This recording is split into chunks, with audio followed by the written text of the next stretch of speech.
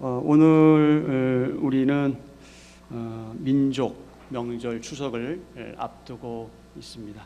하나님께서 추석 주간을 맞이하여 여러분과 여러분의 사랑하는 모든 분들에게 하나님만이 주실 수 있는 참 평안, 샬롬, 그리고 은혜를 주시기를 축복합니다. 또 여러분 모두 건강하시고 가정이 화목하며 여러분 손대하는 모든 일들이 잘 되기를 축복합니다.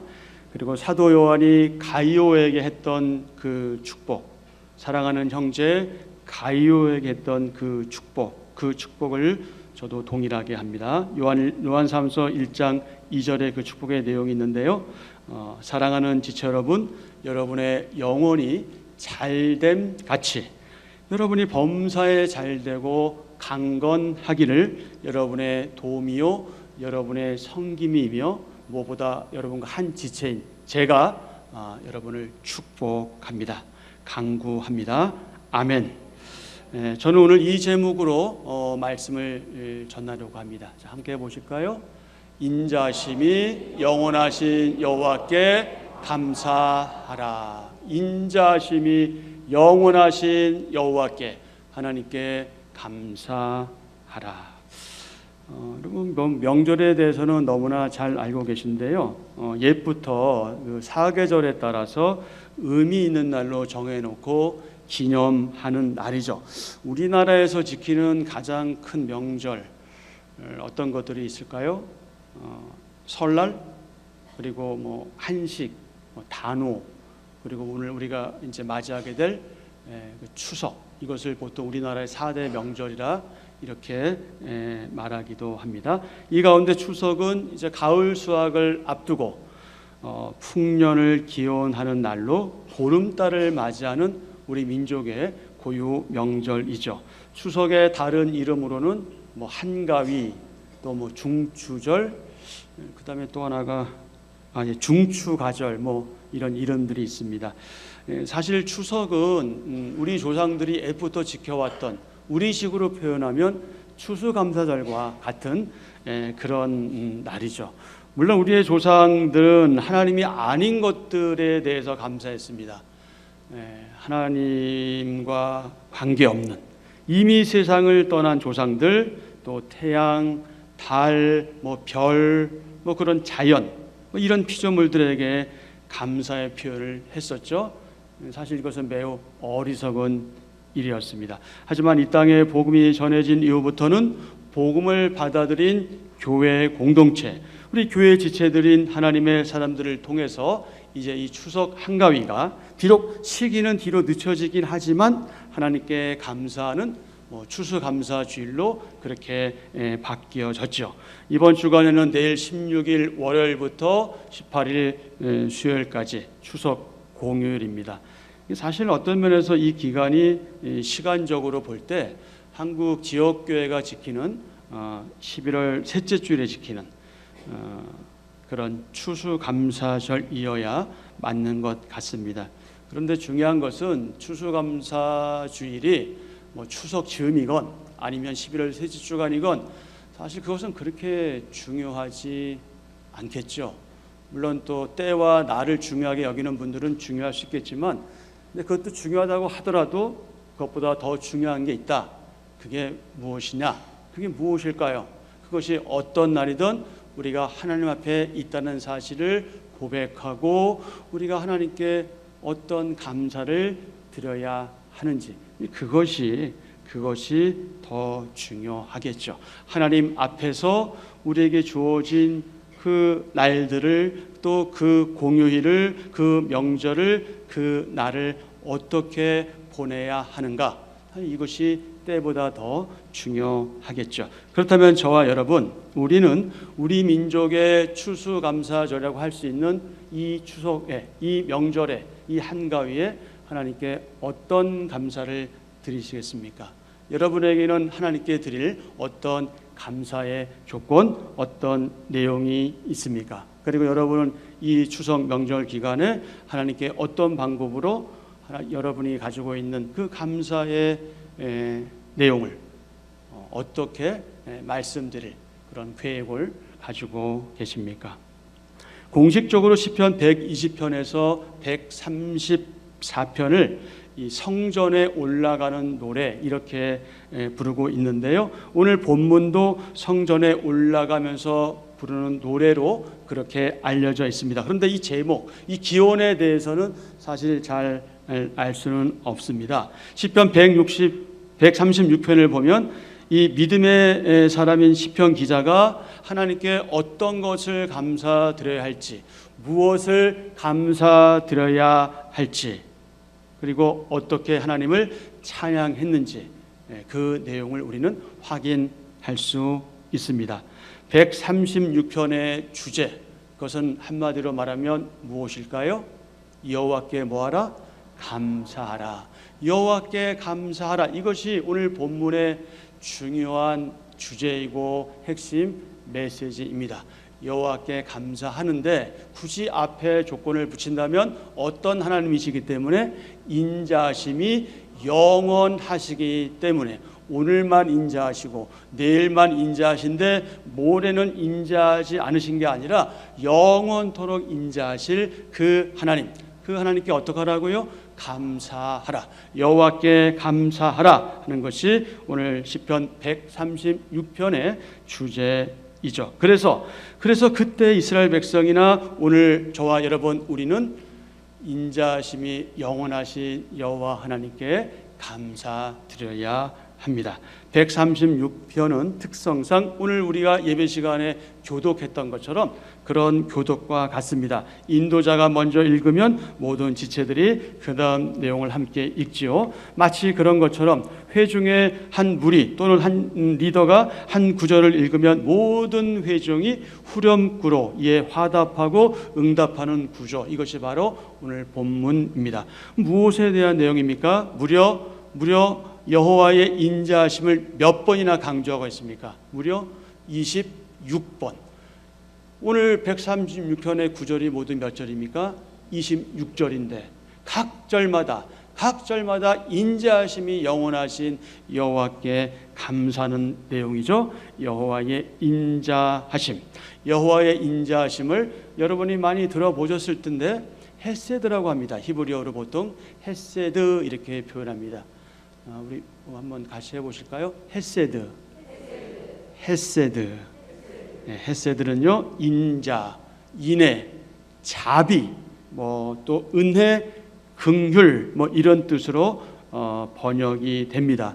하나님께서 사랑하시는 택한 백성에 대한 그분의 언약, 그분의 약속을 신실하게 믿음직하게 지키시는 분이라는 사실을 우리는 이 헤세드라는 용어에서 확인하게 되지요. 그렇습니다. 이 헤세드, 하나님의 인자하심은 그분의 사람들을 향한 하나님의 언약적인 사랑을 가리킵니다. 구약 성경에서 헤세드는 주로 오늘 우리는 인자하심으로 번역된 것을 보고 있지만 인애라는 표현으로 많이 번역되어 있는 것을 보게 됩니다. 성경을 많이 보신 분들은 그래, 맞아, 인애라는 표현을 내가 많이 봤어, 이렇게 확인할 수 있지요. 여기서 헤세드가 인애라는 표현으로 되어 있는데, 인애라는 말은 그냥 우리가 흔히 이해하는 그런 문자적인 말로 표현하면은 어진 마음으로 타인을, 다른 사람을 사랑하는 마음, 어진 마음으로 타인을 사랑하는 마음, 그것이 인애입니다. 인애. 그러니까 인자도 그런 뜻이 포함되어 있는 것이죠. 그것은 자비, 은혜, 긍휼이 다 포함되어 있는 것. 한마디로 말해서 뭐다? 헤세드. 바로 이 용어 속에 다 들어 있는데, 이 헤세드가 하나님과 관련해서 그렇게 사용될 때, 그때는 어떻게 사용되느냐? 하나님의 백성들에 대한 그 언약에 기초한 사랑인데, 어떤 사랑이냐? 불변적인 사랑이라는 거예요. 불변이 무엇입니까? 변하지 않는. 여러분, 우리는 서로 사랑한다고 얘기하지만 우리의 사랑은 가변적이잖아요. 사실 우리의 사랑은 어떨 땐 조건적일 수 있어요. 뭔가 조건이 맞고 뭔가 내 마음에 들 때는 사랑할 수 있지만, 이내 내 마음에 들지 않고 조건이 맞지 않을 때는 사랑하지 않을 수 있거든요. 그렇게 사랑해서 결혼하잖아요. 결혼해서 10년 지나고 20년 지나고 30년 지나고 40년 지났는데 사랑으로 사냐라고 물었을 때 나는 사랑으로 산다라고 얘기하는 사람들이 뭐 많이 있긴 있겠지만 사실은 솔직히 말해서 사랑으로 살까요? 사랑보다는 전외로 사는 게 아닌가, 그런 생각이 들죠. 아유, 저 인간 불쌍해서 저거 내가 버리면 누가 저거 데리고 가? 서로 그런 생각을 하니까 오해가 되는 거죠. 나만 그런 생각한 줄 알았는데 저쪽도 그 생각을 하고 있는 걸 모르는 거죠. 어쨌거나 이 사랑은 너무나 중요한데 우리 사람의 사랑은 불변적이지 않아요. 가변적이에요. 변합니다. 하지만 하나님의 사랑은 변하지 않는다. 불변, 절대 변하지 않습니다. 그분의 백성들에 대한 언약에 기초한 불변적인 사랑, 그게 뭐라고요? 그게 헤세드. 그게 헤세드, 인애, 인자, 자비, 긍휼, 뭐 이런 뜻입니다. 오늘 본문은 크게 세 부분으로 구분할 수 있습니다. 첫째, 1절부터 3절입니다. 1절부터 3절의 소주제는요, 감사에 대한 요청이에요. 시편 기자는 회중에게 이렇게 요청하죠. 자, 여러분 1절부터 3절, 여기 아무리 앞을 보셔도 오늘은 나오지 않습니다. 자, 1절부터 3절 말씀입니다. 여호와께 감사하라. 그는 선하시며 그 인자심이 영원함이로다. 신들 중에 뛰어난 하나님께 감사하라. 그 인자심이 영원함이로다. 주들 중에 뛰어난 주께 감사하라. 그 인자심이 영원함이로다. 아멘. 사랑하는 지체 여러분, 우리는 왜 무엇 때문에 하나님께 감사드려야 할까요? 그 이유는 매우 단순하다. 무엇 때문입니까? 그분의 인자하심 때문이다.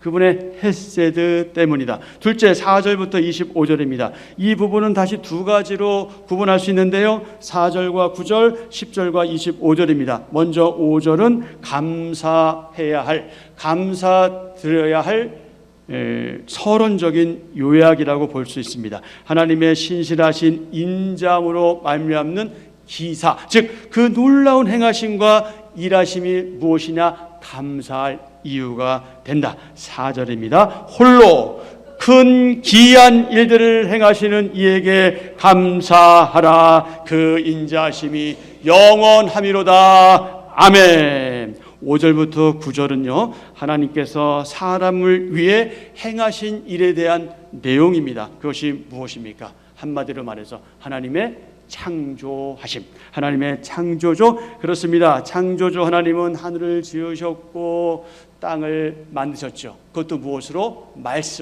말씀으로 하늘과 땅을 지으셨고 큰 빛들인 해와 달과 별들을 창조하셨습니다. 그래서 그분은 누구십니까? 하나님은 창조주이시고 조물주이십니다. 다음으로 10절에서 24절입니다. 우리는 하나님의 또 놀라운 일을, 행하신 일을 확인할 수 있는데, 여기서 행하신 하나님의 기사가 무엇입니까?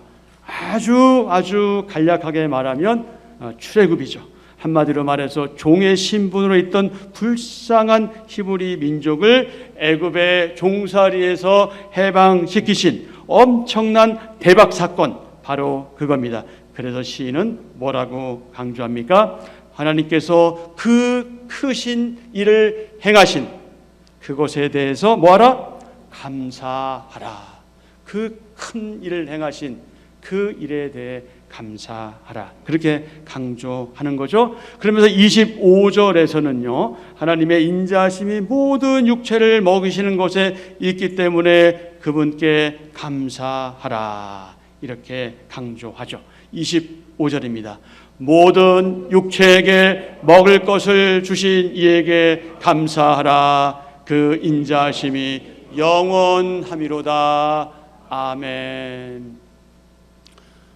요즘에도 이렇게 서로 만나면 식사하셨어요? 밥 먹었니? 묻긴 하지만 사실 이거는 그냥 어떻게 보면 거칠애적인 인사예요. 왜냐하면 우리 모두 알고 있잖아요. 지금은 굶는 사람들이 없다는 걸 거의 다 알고 있어요. 오히려 배가 불러서 안 먹는 거지, 배고파서 안 먹는 경우는 별로 없어요. 근데 과거에 과거에는 어땠습니까? 먹거리, 떼거리가 없었잖아요. 정말 어려운 시절, 여기 계신 특히 어르신들 그 기억하시면 자연스럽게 떠오르지 않겠습니까? 저만 해도 어린 시절에 늘 하는 인사가 어른들이 보면 밥 먹었니? 아니 남이 밥 먹었는지 안 먹었는지 자기가 왜 물어봐? 괜히 밥 먹었니? 그러니까 밥 먹었니 물어보니까 저도 어떻게 해야 돼? 식사하셨나요? 그리고 좀 더 연세가 있는 분들은 진지 드셨어요? 이제 이런 인사들이 있었잖아요. 그러니까 왜 그런 인사들이 있었던 거예요? 배고픈 시절이니까. 배고픈 시절. 여러분 우리 얼마나 부자들이에요. 그때 그 시절 한번 생각해 보세요. 얼마나 부자입니까? 저는 경험하지 못했지만 저보다 위에 분들은 기분이 초콜릿 하고 많이 다닌 분들일 거예요. 미군들에게. 그런 시절 있었잖아요. 근데 하나님께서 은혜를 베푸셔서 이 대한민국을 이렇게 풍성하게 만드셨는데 지금 이 나라가 어떻게 가는지 잘 모르겠습니다. 어쨌든 하나님의 은혜가 너무 크고요. 말할 수 없이 크고요. 여러분 우리에게 먹거리를 주신 하나님, 기본적으로 그 은혜에 대해서 여러분 감사하는 마음을 물론 가지고 계시겠지만 더 가지셔야 됩니다. 그래서 우리에게 우리 앞에 놓여진 그 음식을 보면서 하나님의 은혜를 새록새록 새기면서 감사하는 그런 저와 여러분이 되어야 할 줄로 압니다. 모든 육체에게 먹을 것을 주신 이에게 감사하라. 그러면서 우리가 해야 될 일이 무엇입니까? 지금 먹거리, 떼거리가 없어서 힘들어하는, 우리가 알지 못하는 그 누구, 그들을 우리가 생각하고 우리가 도울 수 있는, 우리가 협력할 수 있는 그런 방안들을 우리가 모색해 가면서 하나님께 우리에게 베푸신 물질들을 자꾸 나누는 그런 연습들을 주님 오시는 그날까지 계속해서 해 나가야 하겠죠. 이제 마지막으로 136편 26절입니다. 시편 기자는 이제 이 시편 136편을 마무리하면서 하늘의 하나님께 감사하라 이렇게 촉구하고 있습니다. 26절입니다. 하늘의 하나님께 감사하라. 그 인자심이 영원함이로다. 아멘. 하늘의 하나님께 감사하라. 하늘의 하나님께 감사하라. 사랑하는 지체 여러분, 오늘 저와 여러분은 하나님께 무엇을 감사드려야 할까요? 우리가 하나님을 향해 감사할 조건은 너무나도 많습니다. 헤아리기조차 불가능해요. 왜 그렇습니까? 우리가 지금까지 존재하고 생활하는 이 모든 게 하나님의 은혜이기 때문에 그렇습니다. 셀 수 없이 많은 그 헤아릴 수 없는 많은 은혜 가운데 적어도 이번 추석 기간에는 이것으로 우리 모두가 함께 우리 모든 지체들이 감사했으면 좋겠다. 이 네 가지를 중점적으로 감사드렸으면 좋겠다. 첫째, 하나님께서 죄인인 저와 여러분을, 죽었던 저와 여러분을 살려주시고 구원해 주신 것, 그것에 대해서 감사했으면 좋겠다. 우리를 값없이 조건 없이 구원하신 것에 대해서 감사드렸으면 좋겠다. 두 번째, 하나님께서 우리의 믿음을 주셔서 하나님의 사람 되게 하신 것, 그리스도인 되게 하신 것, 이것을 감사하면 좋겠다. 셋째, 하나님께서 우리를 거룩한 교회 되게 하실 뿐만 아니라 이 대한민국 이 남한 땅에 얼마나 많은 지역 교회들이 존재합니까? 그런데 그 가운데 한비 전원교회, 이 교회 한 지체로 우리를 부르시고 우리를 한 공동체로 엮어 주셔서 서로 사랑하게 하신 것, 이것을 감사드렸으면 좋겠다. 그리고 한 가지 더, 하나님께서 우리의 모든 필요를 때마다 시마다 적절하게 채워주신 것, 이것에 대해서 감사드리면 좋겠다.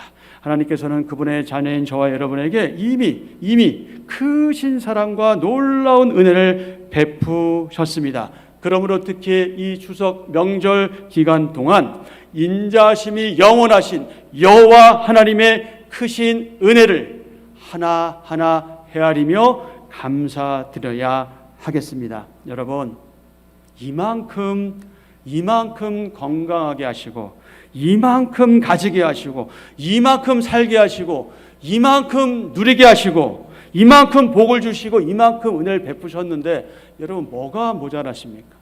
도대체 얼마를 더 가지셔야 하겠습니까? 도대체 뭐가 모자라게 그렇게 사람들은 돈 하는지 모르겠습니다. 그렇게 많이 가지면 행복하겠지요? 행복할 겁니다. 저는 평생 개인적으로 많이 가져보지 못해서 잘 모르겠지만 저는 지금까지 인생을 살아가면서 많이 가져보지 못했지만 저는 너무 행복한 인생을 살아왔습니다. 너무 복된 인생을 살아왔습니다. 여러분, 저는 집이 경매당하는 경우도 처했었어요. 저희 아이들 초등학교 시절에 노랑이 아니죠. 분홍딱지 붙는 경험도 해봤어요. 그나마 하나 가지고 있는 그 얼마 되지 않는 집 경매로 넘어간 경험도 해봤어요. 오갈 데 없어서 정말 말로 표현할 수 없는 그 고난과 고통 속에 그렇게 사는 시절도 저에게 있었어요. 그런 하나님의 그 은혜로 인해서 저는 정말 사랑하는 가족들과 함께 감사와 감격으로 지금까지 그렇게 살아왔습니다. 여러분, 도대체 뭐가 있어야 합니까? 뭐가 있어야 우리가 더 행복합니까? 얼마를 가져야 하세요? 물론 돈은 우리에게 필요한 만큼 주시지만 하나님은 우리의 모든 것들을 다 아시기 때문에 각자 개인에게 맞도록 그렇게 은혜를 베푸십니다. 그러니 그 은혜에 여러분 만족하십시오. 그 베푸신 은혜에 그 은혜의 족하심을 알고 제발 24평에서 36평으로 옮겨가려는 그 생각하지 마세요. 제발 하지 마세요. 여러분, 우리는 이미 집이 마련돼 있잖아. 왜 여기서 자꾸 마련하시려고 해요? 여러분, 내가 내일 모레 계약한 거 그건 뭐야? 계약금 다 먼저 지불했고 나머지 잔금 딱 지불했는데 그때 데려가시면 어떡할 거예요? 아무 소용 없어요, 여러분. 제발 하나님께서 나에게 허락하신, 우리에게 허락하신 물질 그것이 있다면 그것을 자꾸 좀 베푸세요. 나누세요. 좀 주세요. 좀 제발 주세요. 주님께서 말씀하셨잖아요. 주는 것이 받는 것보다 복이 있다. 그런데 사실 여러분, 저 같은 목회자들은 잘 주질 못하는 좀 한계가 있어요. 부끄럽게도. 이번 참 많은 분들이 좀 부족한 사람들을 생각해서 그렇게 베푸는 그 은혜도 또한 감사한 일이죠. 하나님의 종들은 하나님의 은혜로 살아가지만 하나님의 종만 그렇게 살아가는 것이 아니라 하나님의 사람들은 모두가 다 하나님의 은혜로 살아갑니다. 그 은혜가 여러분에게 족하다, 족한 줄 알고 그렇게 살아가시기를 축복합니다. 아니, 여러분은 이미 지금까지 그렇게 사신 분들인 줄 압니다. 우리가 하나님께 감사드릴 내용이 너무 많은데 그 가운데 살짝 소박한 감사해야 될 조건이 있는데 그게 뭐냐? 이번 추석 기간에 사랑하는 가족들 또 모든 친지들 한 자리에 모여서 반갑게 교제하고 대화하고 음식을 나누면서 기쁨을 나눌 수 있는 것, 이것에 대해서 감사하면 참 좋겠다. 그러면서 이번 추석에는 아직 하나님을 믿지 않는 우리의 자녀들 또 친지들에게 그리스도인의 선한 영향력을 미치고 동시에 그래서 하나님께 영광 돌리는 그런 복된 명절 기간 되면 좋겠다. 한편으로 우리 주위에는 가족들을 만나고 싶어도 그 새끼가 뭔지, 그 새끼를 그렇게 보고 싶어도 볼 수 없는 분들이 있어요. 만나지 못하는 분들도 있습니다. 어떤 사정과 어떤 형편인지 우리는 알 수 없지만 그런 분들도 있어요. 그런 말할 수 없는 가슴 아픈 사연들이 있어서 힘들어한 지체들이 생각보다 많이 있을 수 있습니다. 여러분, 우리 이 사실 잊으면 안 되겠고요. 마음이 힘들고 또 소외된 그런 이웃들이 있음을 또 간과하지 말고 그들을 위해 기도하고 배려할 수 있는 우리가 되어야 하겠습니다.